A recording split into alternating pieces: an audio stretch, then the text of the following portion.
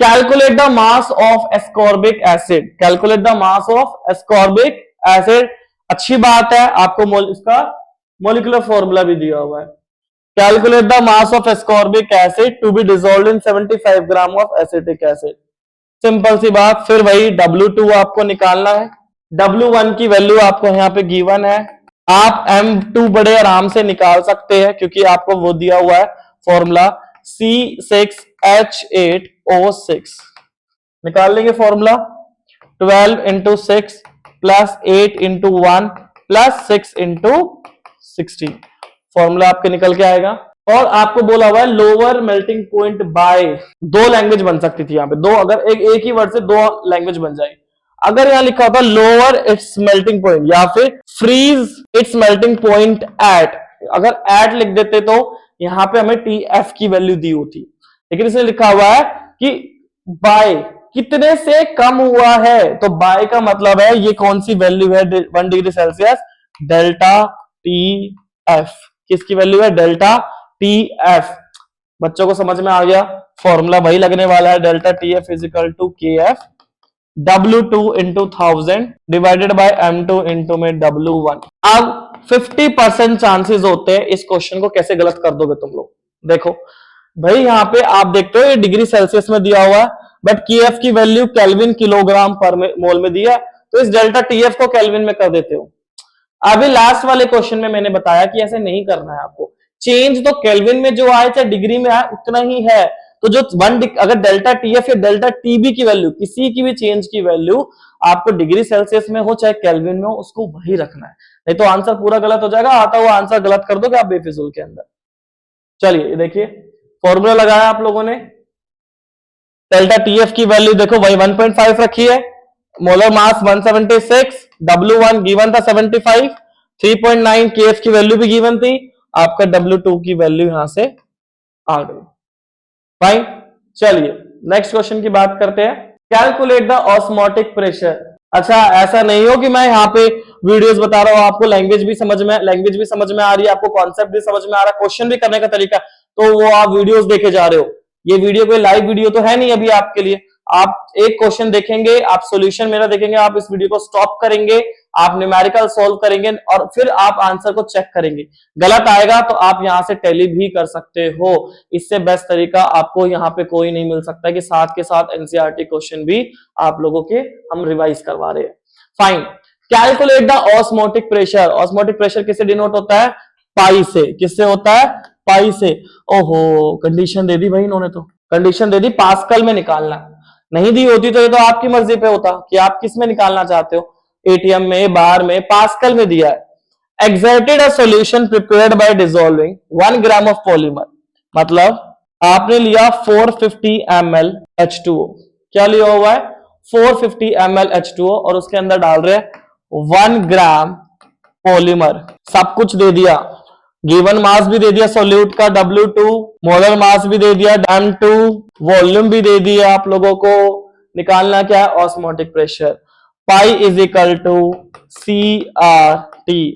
सी concentration, यहां पे हमने किसको माना है, मोलैरिटी को। किसको माना है, मोलैरिटी। मोलैरिटी का formula moles of solute divided by volume of solution in litre.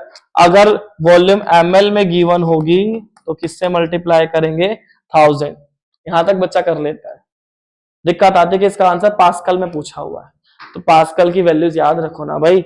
8.314 10 की पावर 3, 8.314 10 की power 3 pascal litre kelvin inverse mole inverse.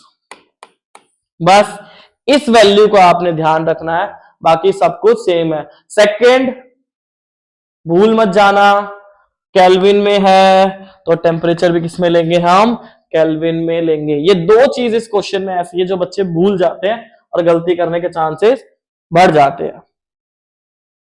चलिए नेक्स्ट क्वेश्चन की बात करते हैं। थक तो नहीं गए भाई, अभी तो 15th क्वेश्चन पे आए सिर्फ, अभी तो पूरे क्वेश्चंस करवाऊंगा भाई, और सारे क्वेश्चंस को बड़े ध्यान से सुनेंगे, सारे इंपॉर्टेंट क्वेश्चन है, सारे के सारे। पता भी नहीं चलेगा कौन सा पूछ लिया जाएगा, फिर ये मत कहना कि अरे वीडियो देख लेते काम चल जाता हमारा। क्वेश्चन 15 की बात करते हैं। एक एक्वा सॉल्यूशन है ऑफ 2% नॉन वोलेटाइल सोल्यूट।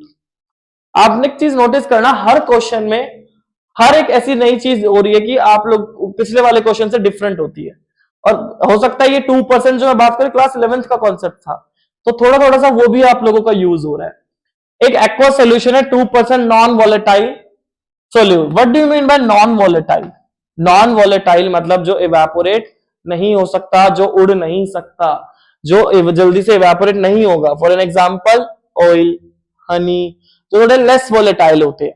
तो वो 2%। अब ये 2% का मतलब क्या होता है? इस 2% का मतलब है that means 2 gram of solute present in 100 gram of solution और 98 ग्राम ऑफ। इतना समझ में आया? फिर मैं क्वेश्चन आगे पढ़ूं। चलिए, exerts a pressure of 1.0114। Aqua solution दिया हुआ है, मतलब सॉल्यूशन किसमें बनाने जा रहे हैं हम यहाँ पे? वाटर के अंदर। किसके अंदर? वाटर के अंदर। अब जब पानी अकेला था, जैसे आप लोग हो, तो जब पानी अकेला था तो वो पी नोट कितना निकालता है, मतलब इसका पी नोट कितना होता है? 1.013 बार। उसके अंदर हम 2 ग्राम सोल्यूट डाल रहे हैं और वाटर कितने अमाउंट में प्रेजेंट था? 98 ग्राम। अब देखो, ना तो सोल्यूट का गिवन मास दिया था, ना तो सॉल्वेंट का गिवन मास दिया था, उन्होंने 2% दिया था, उससे हम लोगों ने इस चीज को वैल्यू को निकाला है। फाइन, ये आ गया। अब आपसे पूछा है एक्सर्ट्स अ प्रेशर। अब सॉल्यूशन बनने के बाद, सब कुछ होने के बाद P की वैल्यू आती है 1.004। 1.004 अगर मैं देखूं 1.013 बार से 1.004 जा रहा है, तो प्रेशर डिक्रीज हुआ, इंक्रीज हुआ है? डिक्रीज। तो मेरे को कहीं ना कहीं हिंट सी मिल रही है कि ये relative lowering of vapour pressure का फॉर्मूला है। आपसे क्या पूछा है? Molar mass. क्या पूछा हुआ है? मोलर मास सोल्यूट का। तो P nought minus P divided by में P not into Chi2। Chi2 की जगह क्या लिख सकते हैं? N2 by N1 plus N2। एक चीज और मैं यहां पर आपको बताता हूं कि मोलर मास आपको दिया हुआ है, यहीं पे या तो आप N2 की वैल्यू अलग से निकाल लो, है ना, और उसमें मोलर मास रख लो, नहीं तो आप यहीं पे आप W2 by M2 W2 by M2 plus W1 by M1 मिल गया। जब आपने P nought minus P divided by में P नॉट Chi2 को N2 by N1 plus N2 रखा था। अब आप ये देखिए कि जब आपने 98 ग्राम वाटर में 2 ग्राम सोल्यूट डाला है, सोल्यूट बहुत कम अमाउंट में है यहाँ पे, तो आप यहां पर इसको N2 डिवाइडेड बाय N1 भी रख सकते हैं। N1 प्लस N2 को हम लोग N2 मान लेंगे क्योंकि ये बहुत ही डाइल्यूटेड सॉल्यूशन हो गया। यहां पर M2 की वैल्यू आ चुकी है 41.35 ग्राम पर मोल। कोशिश करना ग्राम पर मोल लिख दो, ग्राम मत लिखना। चलिए नेक्स्ट क्वेश्चन की बात करते हैं। Calculate the mass of non volatile solute. देखो कितने क्वेश्चंस हमारे ऐसे आ चुके कि जिसमें सोल्यूट का गिवन मास की बात कर रहे हैं। डायरेक्ट आपसे ना तो कोलिगेटिव प्रॉपर्टी पूछ रहे, कहीं ना कहीं आपसे मोलर मास निकलवाएंगे या फिर गिवन मास निकलवाएंगे। तो इस क्वेश्चन की ऐसे क्वेश्चन की प्रैक्टिस ज्यादा करके जाएंगे आप लोग। Calculate the mass of non volatile solute मतलब W2 निकालना है, M2 की वैल्यू गिवन है, W1 की वैल्यू आप लोगों को गिवन हो चुकी है यहाँ पे। To reduce its vapour pressure is 80%। To reduce its vapour pressure is by 80%। 100 है, मान लीजिए 100% है। अब कितना हो चुका है? 80%। 2 लिखा हुआ है कि अब रिड्यूस टू 80%, कि इसने इतना 80% रिड्यूस कर चुका है। तो ये 100% P नोट की वैल्यू है और ये 80 जो वैल्यू है वो किसकी वैल्यू है? P की वैल्यू है। रिड्यूस करा है, relative lowering of vapour pressure है। सेम फॉर्मूला लगेगा, same P nought minus P divided by में P nought N2 by N1 ही रखेंगे हम यहाँ पे। इस केस में N2 बाय N1 की जगह पे रख सकते हैं हम लोग W2 by M2 divided by W1 by M1 plus W2 by M2।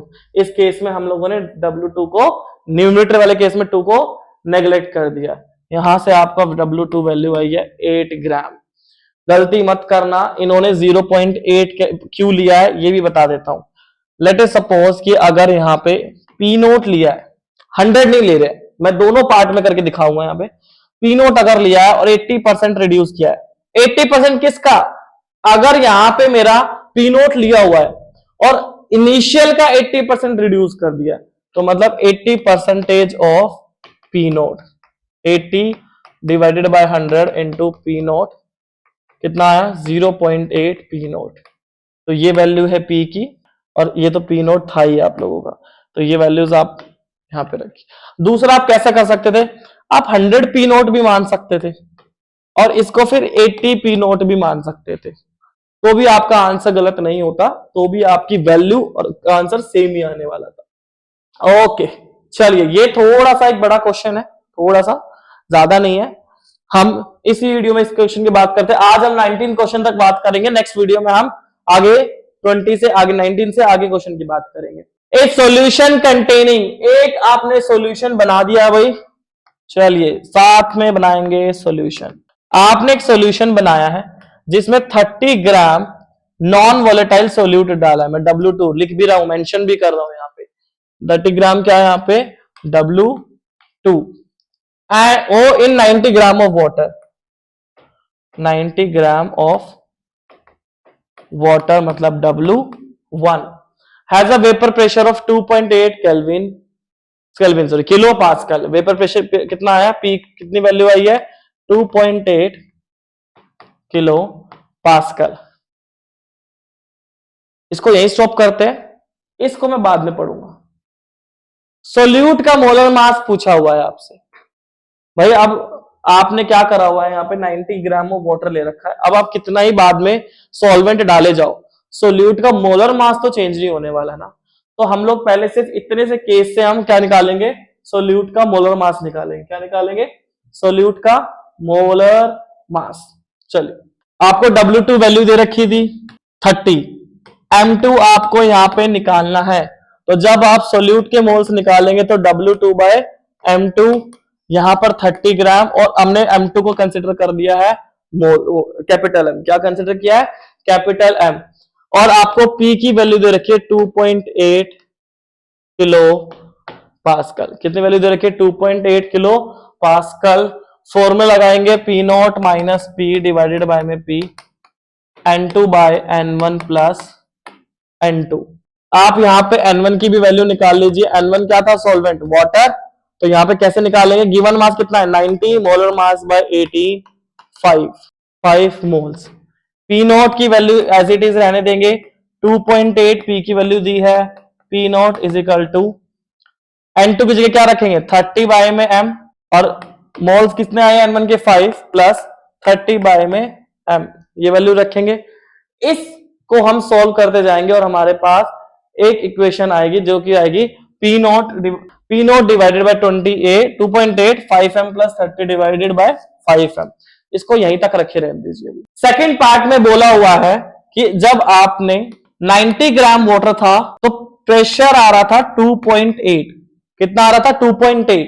अब आप 90 ग्राम के साथ और कितना वाटर ऐड कर दिया 18 ग्राम, तो वाटर कितना हो चुका है आप लोगों का 90 प्लस 18 108 ग्राम हो चुका है। सेकेंड यही पूछा हुआ है, तो मैंने कुछ नहीं करा, मैंने आपको ये समझ में आया ना, मैंने दोबारा से फॉर्मूला लगाया P नॉट माइनस में P डिवाइडेड बाय में P नॉट। अब प्रेशर कितना आ गया, pressure is 2.9 kilo pascal. N2 by N1 plus N2 कुछ चेंज नहीं होने वाला, एक तो P की वैल्यू चेंज हो जाएगी और N1 में आपकी वैल्यू हो जाएगी 108 डिवाइडेड बाय में 80, ये बस चेंज होने जा रहा है।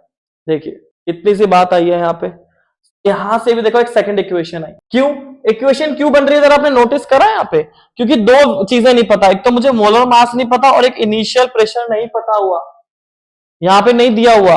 जब आप दोनों आपकी यहाँ पे दो इक्वेशन आ गई है तो आपने 1 से इक्वेशन को 2 को डिवाइड कर देना है, डिवाइड भी करके दिखाया हुआ है भाई यहाँ पे। देखिए जब हम लोगों ने डिवाइड कर दिया, P नोट से P नोट की वैल्यू कैंसिल आउट हो जाएगी और मोलर मास आएगा हमारा 23U। क्या निकाला 23U। अब आप P नोट की वैल्यू भी चाहिए, जब मोलर मास आ चुका है तो किसी भी फर्स्ट या सेकंड इक्वेशन में से उसकी वैल्यू को रख देंगे, आपका P नोट भी निकल कर आ जाएगा।